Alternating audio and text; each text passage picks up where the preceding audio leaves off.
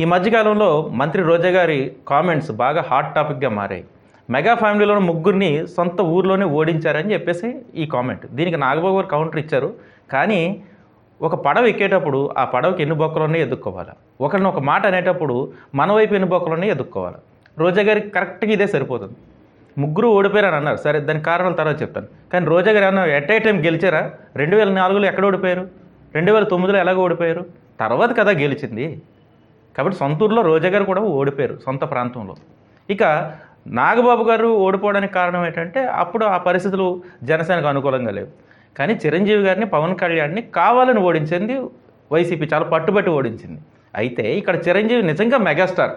అత్తూరు ఊరైన పాలకొల్లో ఓడిపోయినప్పటికీ రోజా గారు సొంత ఊరైన తిరుపతిలో గెలిచారు. ఈ విషయం రోజా గారికి తెలియదా? పాపం ఆవిడకి ఏం మాట్లాడాలో ఏం చేయాలో తెలియక ఏది పడితే అది మాట్లాడేస్తున్నారు. జగన్మోహన్ రెడ్డి గారి దగ్గర మార్కులు సంపాదించుకోవడానికి ఇది ఒక్కటే మార్గం అనుకుంటే ఇది ఖచ్చితంగా నీచ రాజకీయమే.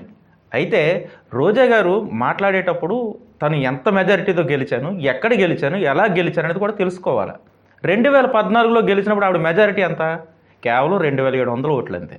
అప్పటికేదో 20,000 30,000 మెజారిటీతో గెలిచినట్టు పెద్ద జబర్దస్త్ బిల్డప్లు ఎందుకు?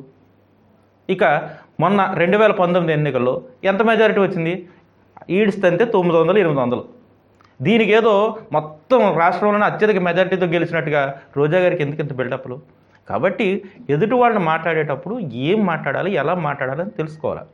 ఇంకా సినిమా యాక్టర్లకి సెంటిమెంట్స్ ఎక్కువ ఉంటాయి, వాళ్ళు సెన్సిటివ్గా ఉంటారని చెప్తున్నారు. మీరే చెప్పి, మీరే ఏడ్చేసి, మీరే అనేసి, మీరే ఓడిపోయి అన్నీ మీరే చేసేస్తే ఇంక యువతలో ఏం చేయాలి? పెంట గొప్ప అని స్టేట్మెంట్ ఇచ్చి ఊరుకోవాలి. నాగబాబు గారు అదే చేశారు. అయితే ఇక్కడ రోజా గారు స్టేట్మెంట్ ఇచ్చినప్పుడు కొన్ని విషయాలు తెలుసుకోవాలి.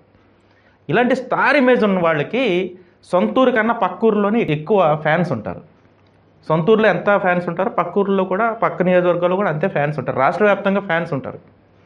కాబట్టి సొంతూరులో ఓడిపోవడం, గెలవడం అనేది పెద్ద ప్రయారిటీ కాదు, క్రైటీరియా కూడా కాదు. ఆ మటుకు వస్తే ఎన్టీఆర్ ఓడిపోయాడు, ఇందిరాగాంధీ ఓడిపోయింది, గొప్ప గొప్ప వాళ్ళు అందరూ ఓడిపోయారు. సినిమా యాక్టర్లు చాలామంది, కృష్ణ లాంటి వాళ్ళు అందరూ ఓడిపోయారు. మీరు కూడా ఓడిపోయారు, రోజా గారు కూడా ఓడిపోయారు. మరి ఓడిపోయినామకి ఎందుకు ఇంత ఉపలాటం అన్నట్టుగా ఎందుకు ఇన్ని మాటలు? జగన్మోహన్ రెడ్డి గారి దగ్గర మార్కులు సంపాదించాలి అంటే దానికి వేరే మార్గాలు ఉన్నాయి. మీ టూరిజం శాఖలోనే మంచి ఉన్నతి సాధించండి, అప్పుడు ప్రజలు కూడా హర్షిస్తారు, మిమ్మల్ని స్వాగతిస్తారు. సరే, ఎనీహౌ జబర్దస్త్ మాటలు పక్కకు పెట్టి నీట్గా రాష్ట్ర అభివృద్ధి కోసం టూరిజం శాఖలో ఆవిడ చేసిన వాటి కోసం మాట్లాడితే మెగాస్టార్ అభిమానులు కానీ, పవన్ కళ్యాణ్ అభిమానులు కానీ, జనసేన కార్యకర్తలు కానీ ఎవరు ఫీల్ అవ్వరు. ఇక్కడ ఇంకొక విషయం ఏంటంటే పవన్ కళ్యాణ్ అన్నంత మాత్రాన ఎవరు ఫీల్ అవ్వరు. కానీ చిరంజీవి జోలికి వస్తే మాత్రం నాలాంటి వాడు కూడా చాలామంది స్పందిస్తారు. కాబట్టి ఒక మాట అనేటప్పుడు ఖచ్చితంగా అది రాజకీయమా, రాజకీయేతరమా, లేదు మనకి ఏదో మార్కులు సంపాదించుకోవడానికి చేస్తున్నటువంటి స్టేట్మెంట్ అనేది మంచి తెలివైనటువంటి, అద్భుతంగా డ్యాన్స్ వేయగలిగినటువంటి రోజా గారికి ఈ విషయం తెలిస్తే బాగుంటుంది అనేది నా అభిప్రాయం. Thank you. Please subscribe our channel.